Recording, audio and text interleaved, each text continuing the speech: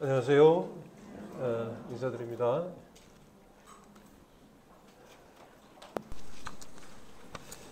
마태복음 16장 말씀을 먼저 읽겠습니다. 16장 13절로 18절입니다.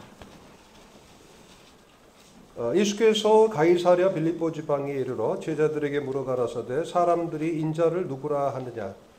가로되 더러는 세례 요한, 더러는 엘리야, 어떤 이는 에레미야나 선지자 중에 하나라 하나이다.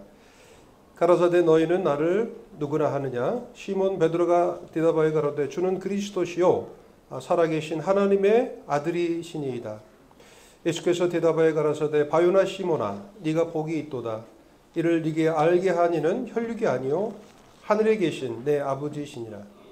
또 내가 네게 이르노니 너는 베드로라. 내가 이 반석 위에 내 교회를 세우리니 음부의 권세가 이기지 못하리라.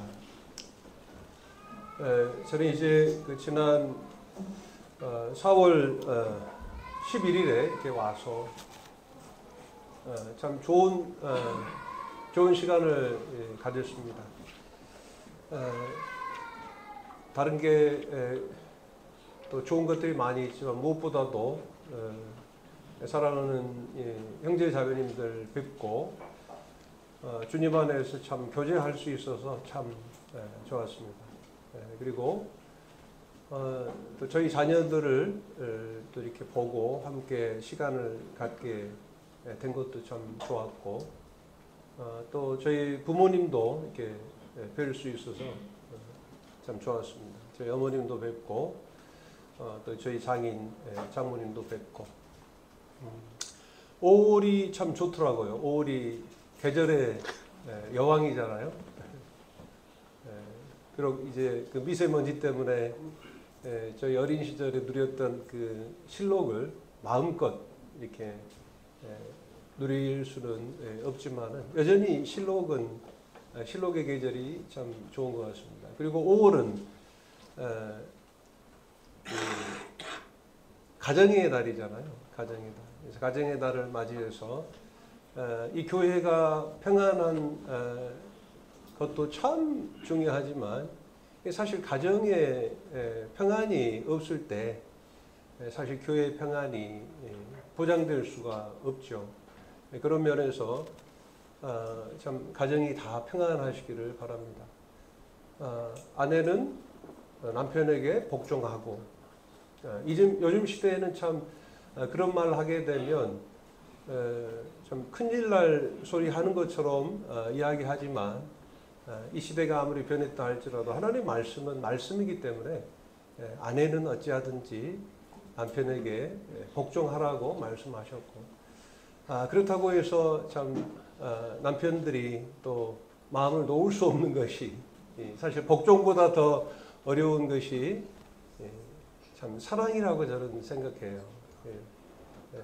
남편들은 주님께서 교회를 사랑한 것처럼 아내를 사랑하라고 말씀을 하시는데, 이 사랑은 사실 이제 그 아가페, 무조건적인 사랑입니다. 젊은 사람들이 사랑을 이야기할 때 요즘 그런 생각이 들어요. 너희들이 사랑을 알아.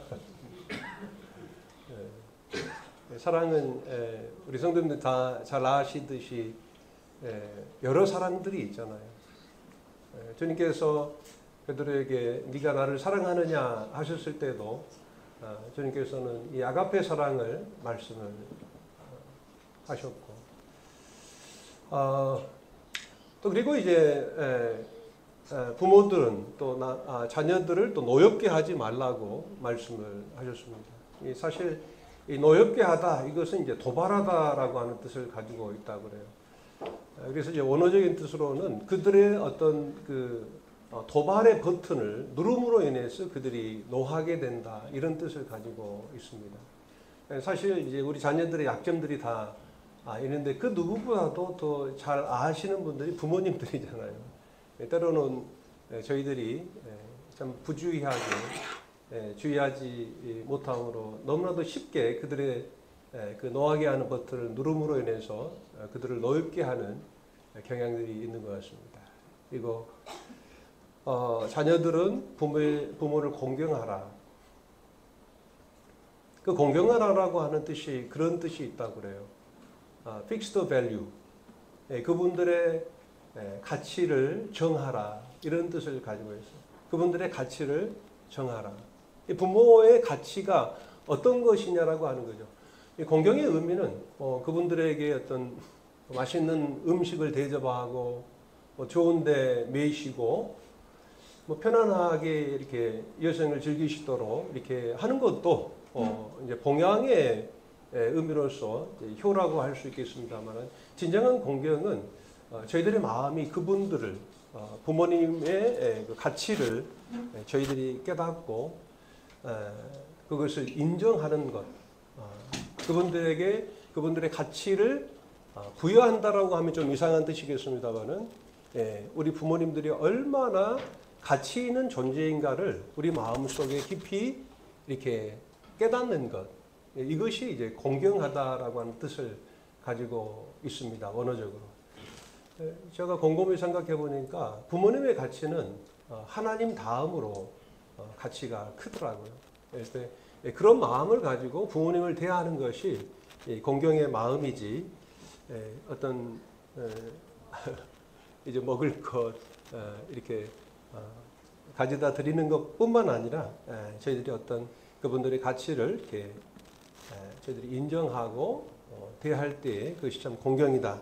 이것이 이제 평안한 가정을 이루는 길이다라고 하는 생각을 하게 됩니다. 마태복음 이제 16장은 이제 교회에 대한 말씀이죠. 너희는 나를 누구라 하느냐? 사람들은 가이사랴의 사람들은 예수님에 대해서 선지자라, 세례 요한 또는 엘리야 또 어떤 이는 에레비야나 또 선지자, 다른 여타 선지자와 같은 존재로 여겼죠.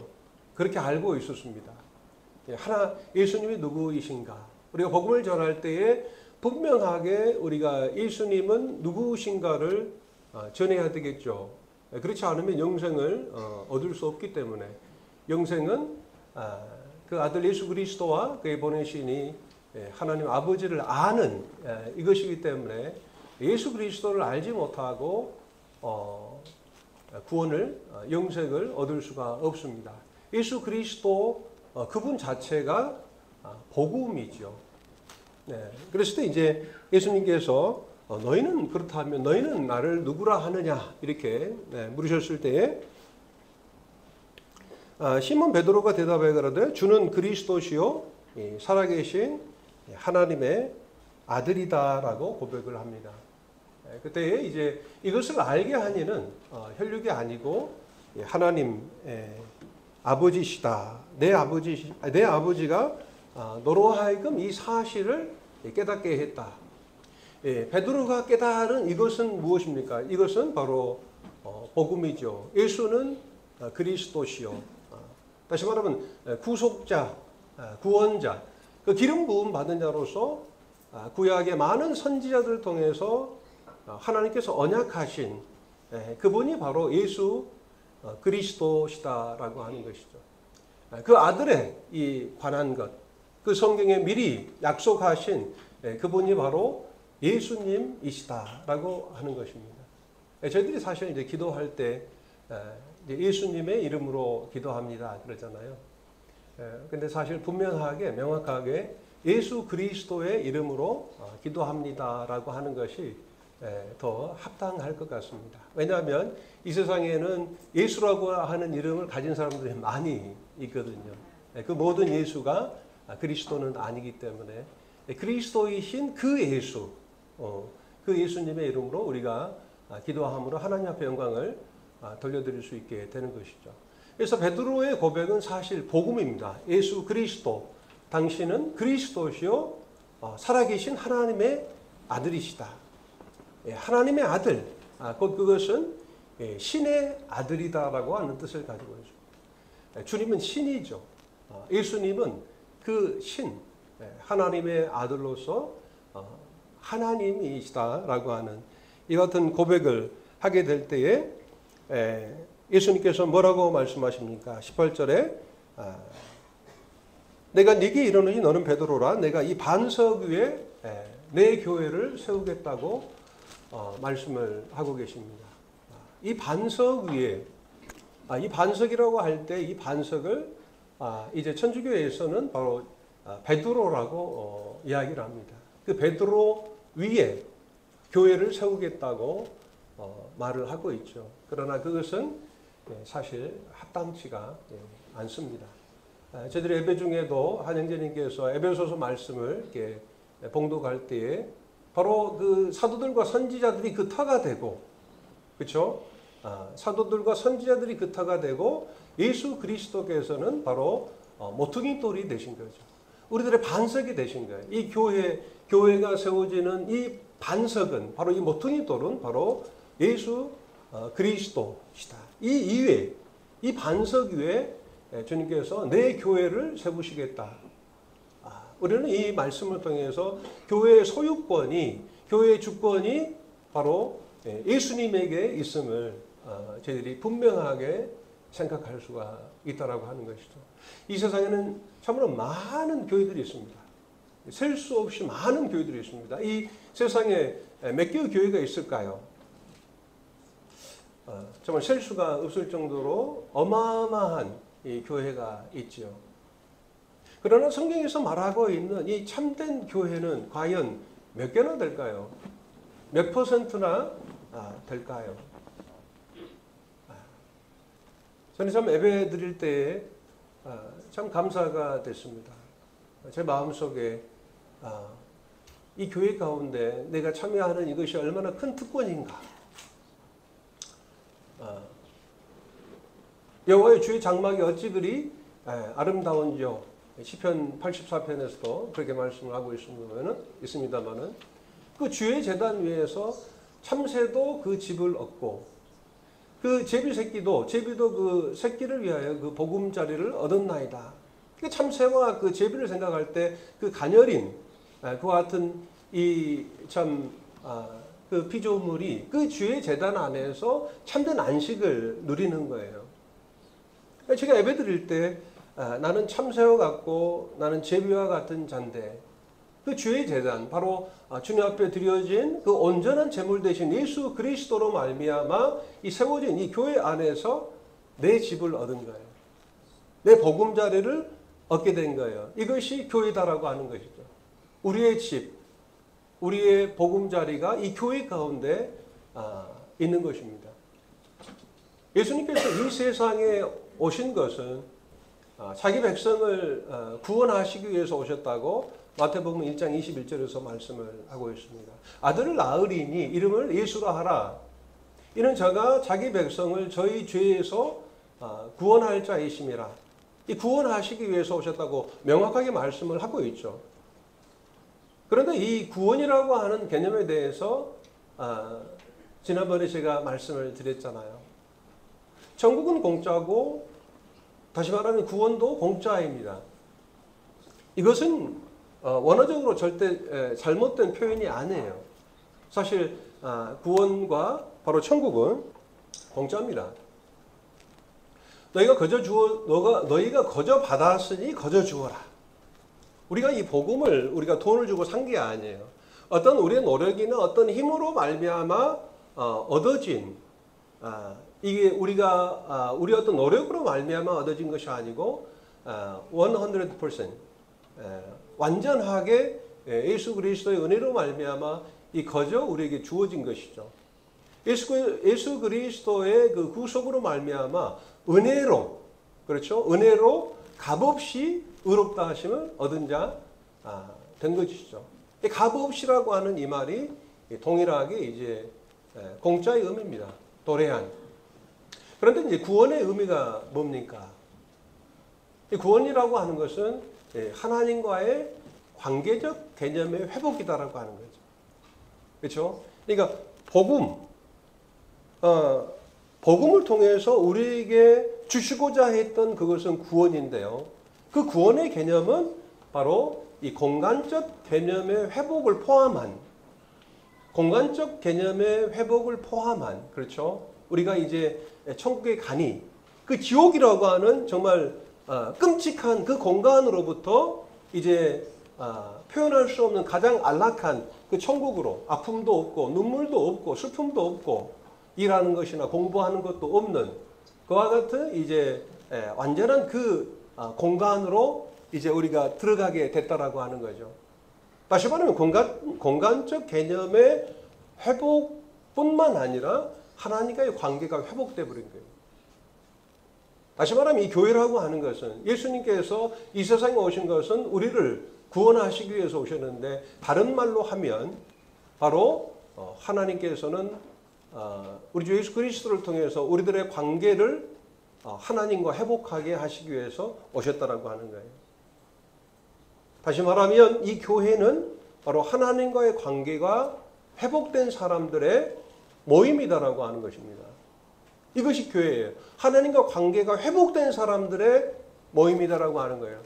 단순하게 하나님의 말씀을 지식적으로 받아들이는 것 같은 사람들의 모임이 아니고 정말로 하나님과의 관계가 회복된 사람들의 모임이다라고 하는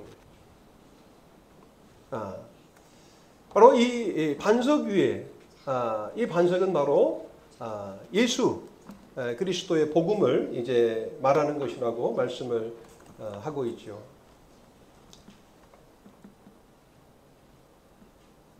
죄송합니다.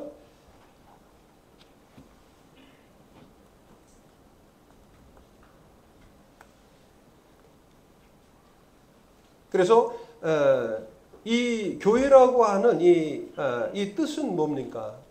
다 잘 알고 계시겠지만 이 교회라고 하는 이 뜻은 바로 에클레시아 그러잖아요. 에클레시아. 에클레시아. 이 에클레시아라고 하는 것은 이제 이 바로 이제 그 전치사라고 그래요. 전치사 에크라고 하는 것은 무엇으로부터 우리가 어떤 그 공간에 어떤 환경과 어떤 형편과 처지에 있었던 그 상태 그곳으로부터 이제 하나님이 계신 그 공간으로 우리를 부르셨다라고 하는 거예요. 하나님께서 우리를 부르신 거예요.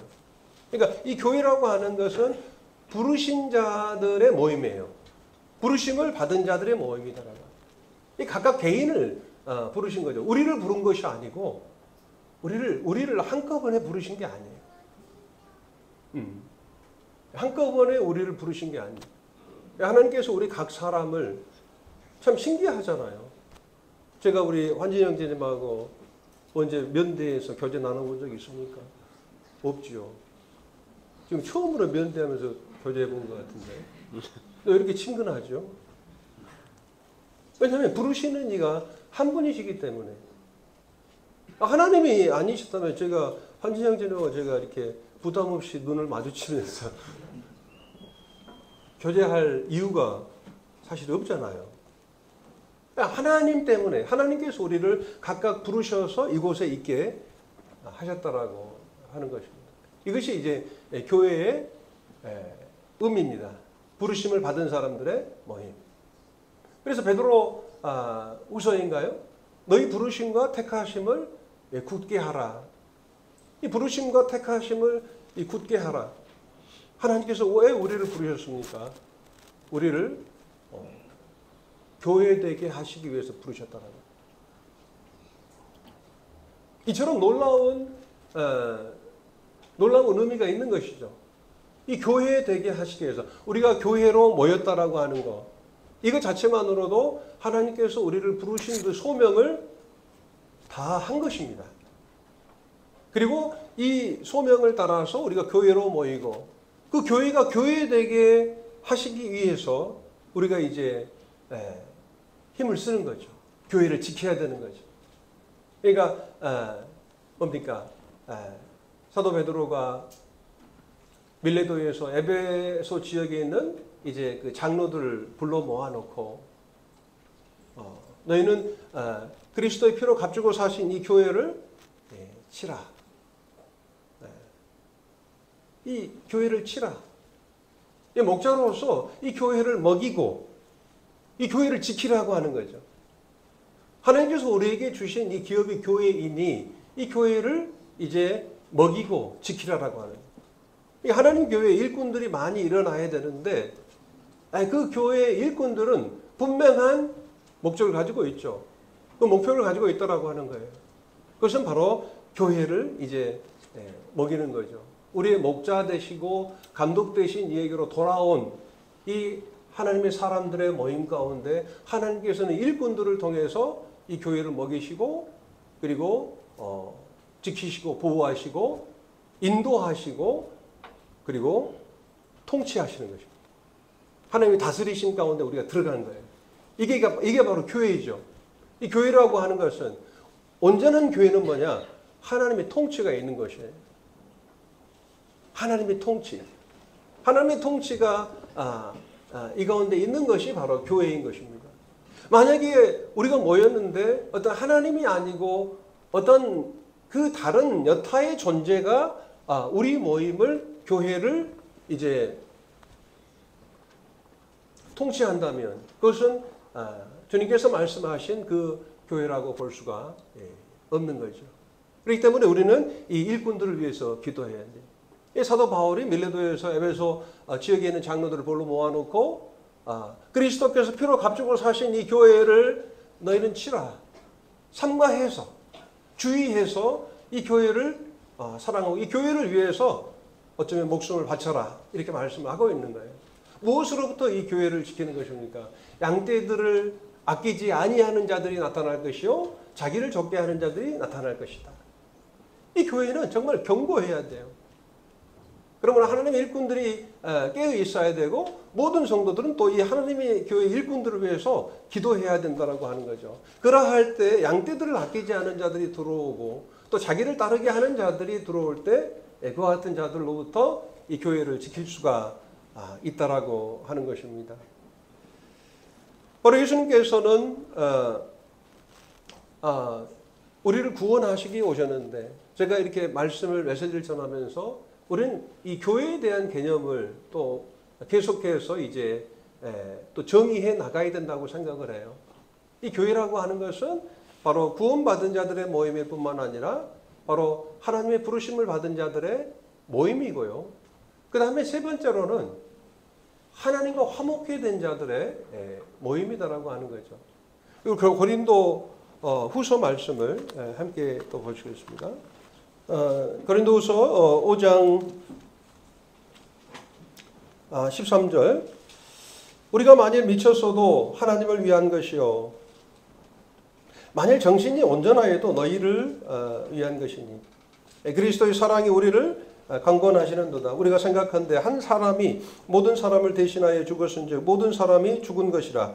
제가 모든 사람을 대신하여 죽으시면 산 자들로 하여금 다시는 저희 자신을 위하여 살지 않고 오직 저희를 대신하여 죽었다가 다시 사신 자를 위하여 살게 하려 하심이라.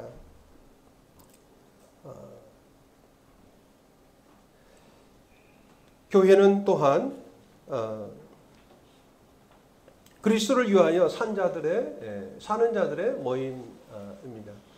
주님께서 의인으로서 불의한 자를 대신하시면 이제는 자기 자신을 위하여 살지 않고 우리를 위하여 십자가에 죽으신 우리 예수 그리스도를 위하는 삶을 살도록 인도해 주셨다라고 하는 거죠. 바로 예수님께서 이 세상에 오셔서 저희들을 구원하셨다라고 하는 그 의미는 무엇이냐면요. 또 우리를 이렇게 화목되게 하셨다. 이런 의미도 있는 것입니다.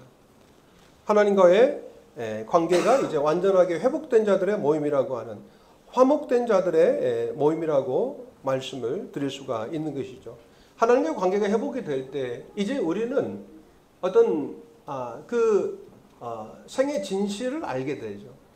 우리들의 삶의 의미와 목적이 무엇인지 비로소 깨닫게 된다라고 하는 것이죠. 우리가 우리를 위해서 삶을 산다라고 하는 것이 얼마나 무의미하고 허망한 것인가를 사실은 깨닫게 된다라고 하는 거죠. 그죠? 우리가 우리를 위해서 사는 그 삶이 얼마나 허망한지를 깨닫게 돼요. 하나님을 알게 되면, 하나님을 보게 되면. 아브라함이 갈대아 우르를 떠날 수 있었던 것은 뭐였습니까? 그 메소포타미아의 그 당시 세계의 가장 최고의 문명을 가졌던 그 메소포타미아 문명 가운데 살았던 아브라함이 그 안락한 그 자기의 고향 친척 아비집을 떠날 수 있었던 이유는 뭐냐라고 하는 거예요. 스테반이 그러잖아요. 그가 메소포타미아에서 아브라함 자기 조상이 그 영광의 하나님을 보았다 이렇게 말을 하고 있잖아요. 그러니까 자기 친척 아비집 그 가장 이 세상의 관점으로 봐서는 참 최고의 문명을 가진 그곳을 떠날 수 있었던 것은 자기 자신을 부인할 수 있었던 그곳에서의 어떤 자기의 삶을 부인할 수 있었던 것은 그가 영광의 하나님을 봐버렸다라고 하는 것입니다. 우리의 삶이 우리만을 위한 삶이라면 또 이 세상에 어떤 눈에 보이는 것을 위하는 그 같은 삶, 우리들의 삶의 목적이 된다면 그것은 참으로 허망한 것이죠.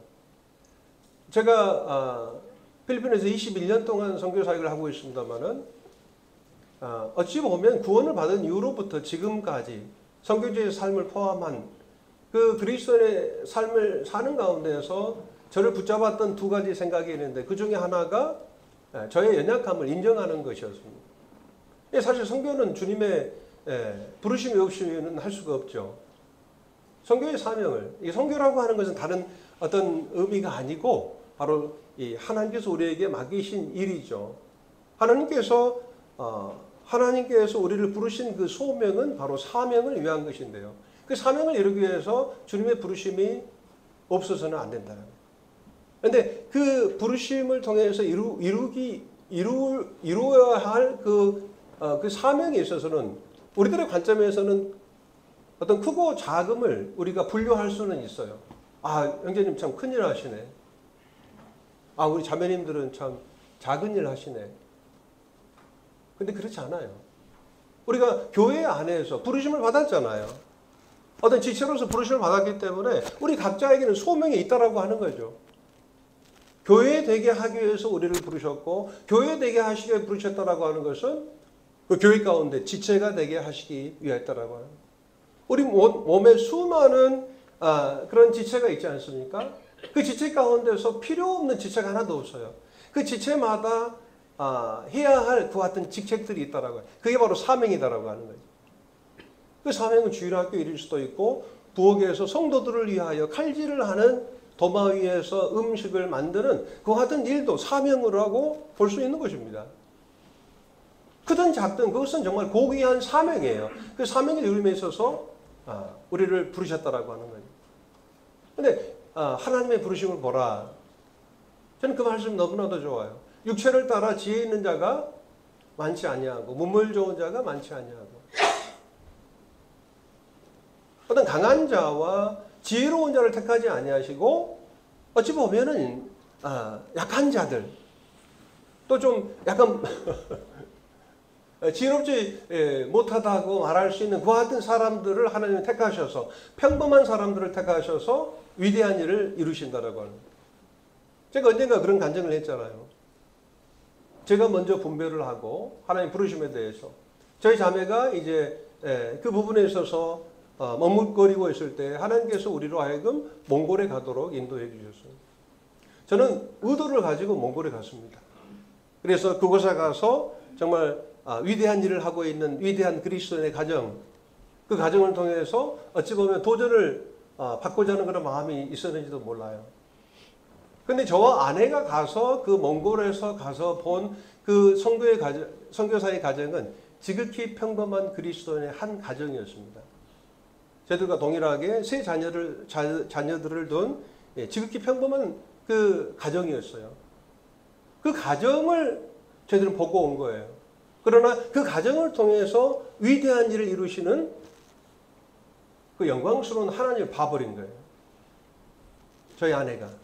그때 주님께서 우리 아내를 부르셨던 거죠. 주님께서는 강한 자들을 택하지 아니하시고 지혜로운 자를 택하지 아니하시고 대체로 평범하고 그런 연약한 자들을 택하셔서 강하고 지혜로운 자들을 어떻게 하십니까? 부끄럽게 하신다. 그래서 아무 육체라도 자랑하지 못하게 하려 함이라.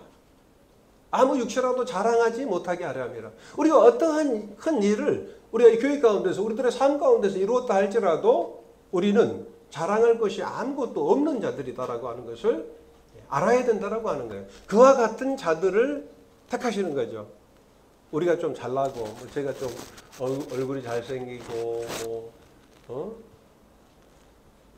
또 많은 어떤 학식을 가지고 있고 높은 학력을 가지고 있고 이와 같은 자로서 주님의 일을 이루었다면 어찌 보면 나를 자랑할 수 있겠습니다만 저와 자매는 결코 그런 생각을 해본 적이 없는 것 같아요.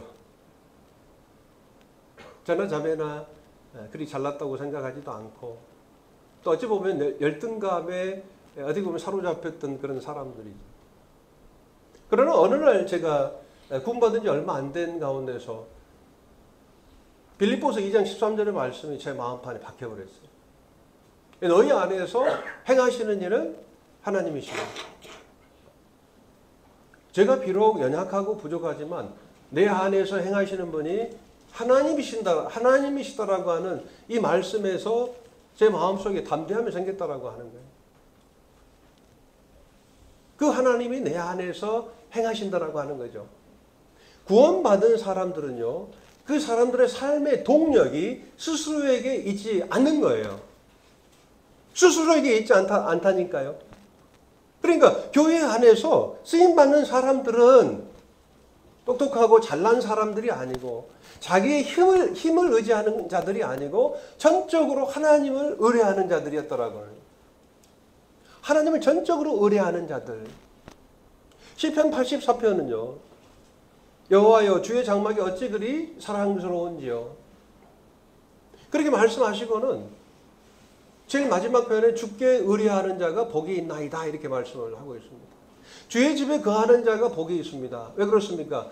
그들이 찬송을 하거든요. 저는 참 요즘 찬송이 좋더라고요.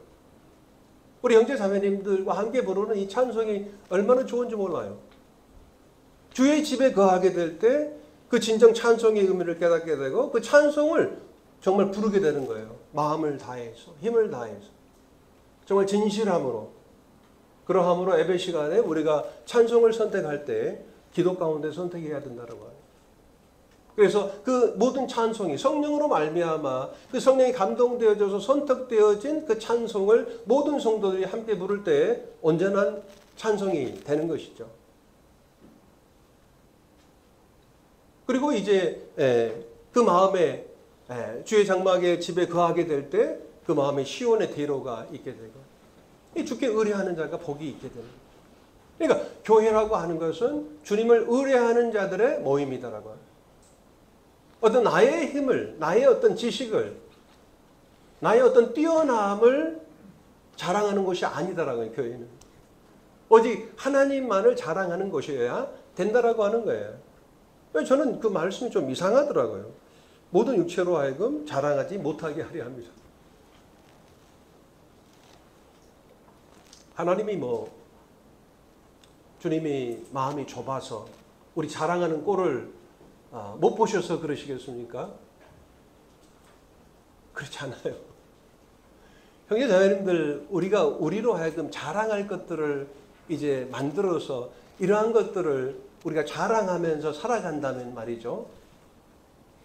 생의 끄트머리에서 그 내가 자랑으로 삼았던 그것들이 얼마나 볼품이 없고 허탄한 것이었는가를 깨닫게 됩니다. 헛되고 헛되면 모든 것이 헛되니 모든 것이 헛된 거예요. 헛되고 헛되면 헛되고 헛되니 모든 것이 헛된 거예요. 솔로몬이 누렸던 그 모든 영광 자랑할 만하잖아요.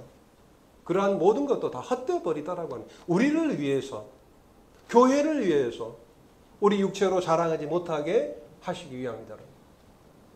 우리가 어떻게 해서 큰 일을 이루고도 자랑하지 않을 수 있냐면 바로 하나님께서 우리 안에서 행하셨다라고 하는 것을 고백하지 않을 수 없게 될 때 그와 같이 되는 거예요. 이 성경에 보게 되면요. 성경에서 믿음의 사람들은 자기를 자랑하지 않아요. 큰 일을 이루고도. 이 다윗의 예도 그렇잖아요. 다윗이 성전을 짓기를 원했지만 하나님께서 그에게 성전을 짓기를 허락하지 않으셨습니다. 그게 하나님의 뜻이었죠. 그러니까 교회 안에서 내가 어떤 아무리 좋은 선한 뜻을 가지고 있다 할지라도 그것을 하나님이 허락하지 아니하시면 스탑. 하나님께서 멈추게 하시면 멈추는 것이 하나님의 사람들의 특징이었다라고 하는 거예요. 근데 막으심에도 불구하고 기어코 가게 되면 패배할 수밖에 없죠. 이번 시간에 실패와 패배에 대해서 또 한영진이 말씀하셨습니다만 실패와 패배의 삶이 연속되어지지 않기를 바랍니다.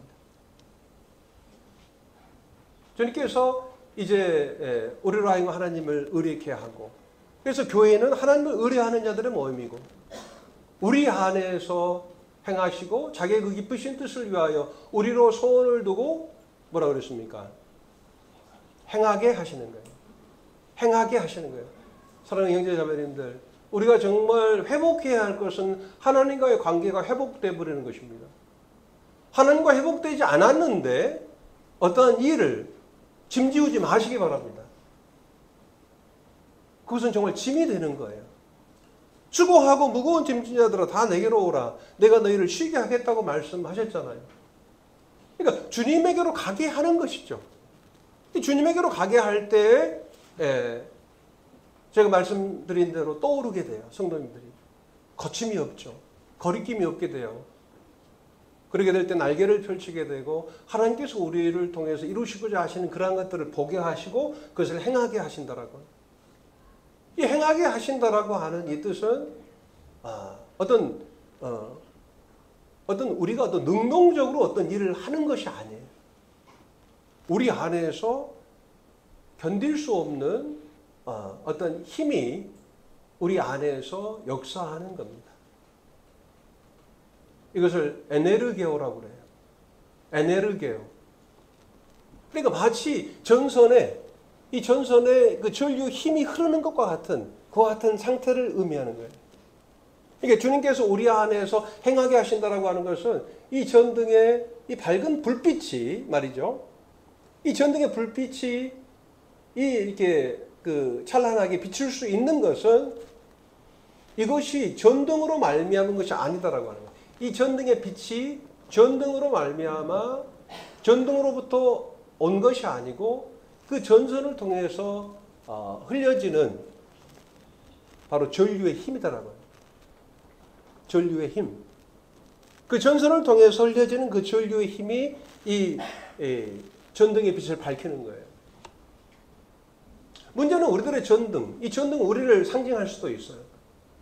이것이 브로큰 되어 버렸다면, 이게 깨져 버렸다면, 이건 빛을 나타낼 수가 없죠. 하나님, 우리는 이미 브로큰 됐어요. 우리는 이미 필라멘트가 끊어졌단 말이에요. 죄로 말미암아서, 그죠? 죄로 말미암아서 끊어져 버렸습니다. 그래서 빛을 나타낼 수가 없어요. 그 빛이 우리들 스스로에게서 나오는 게 절대 아니다라고 하는 것입니다. 근데 그 필라멘트를 이어주신 분이 계시잖아요. 그분이 바로 예수님이시다.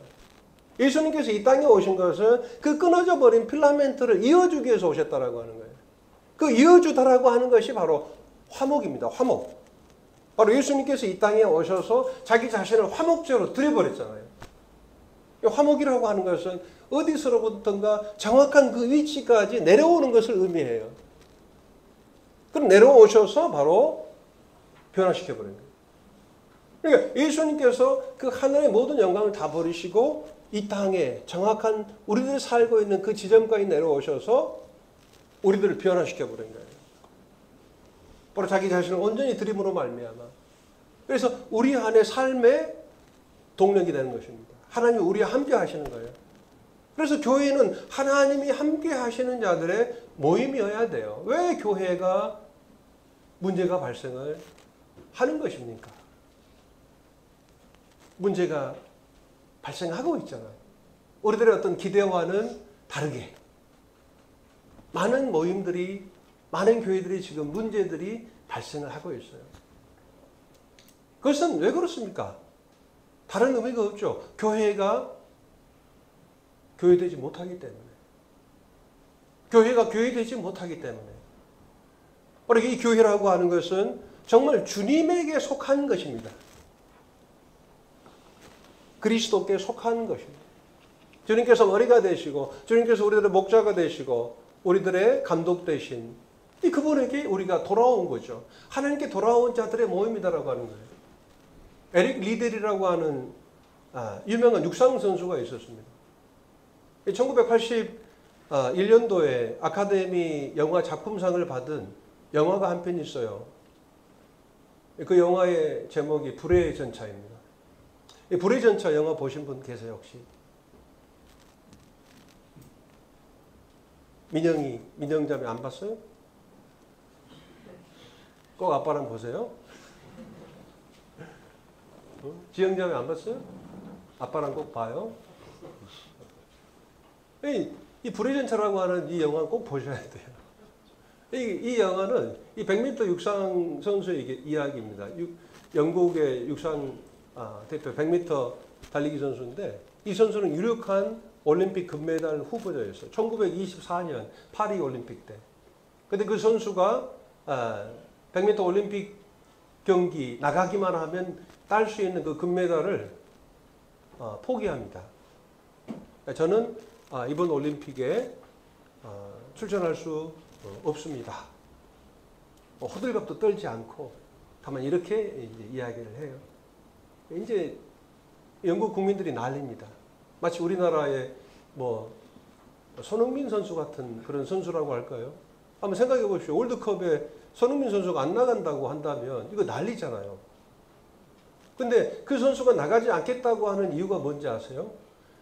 100m 경기 예선전이 일요일에 열린다는 거예요.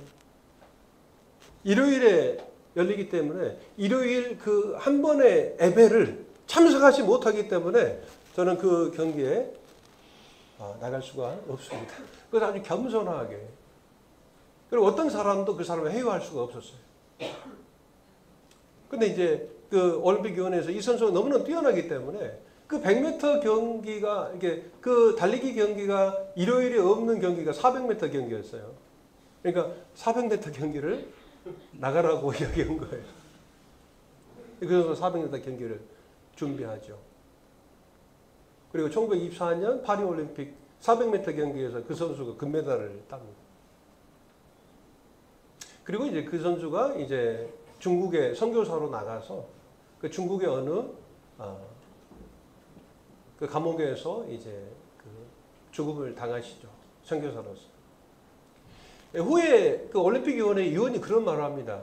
우리가 그 선수에게 이제 그 회유하려 했던 것은 그 사람의 삶의 동력과 그 사람이 달리는 그 육상을 끊으려 했다라고 하는 거예요.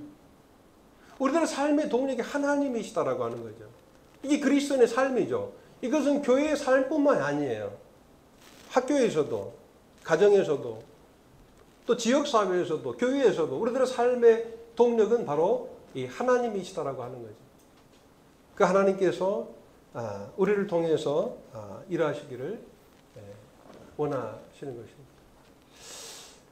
성경은요, 마태복음 28장 19절 20절에 나온 대로 너희는 모든 족속에게 가서 제자를 삼으라 이렇게 말씀을 하고 있습니다. 첫 번째 이 성경은 복음을 전해서 영혼들을 구원하는 일입니다. 이 구원은 뭐라고 그랬죠? 회복이라고 그랬죠. 하나님과의 회복. 하나님과 회복이 될 때 이제 하나님을 따르는 이 제자들이 되는 거예요.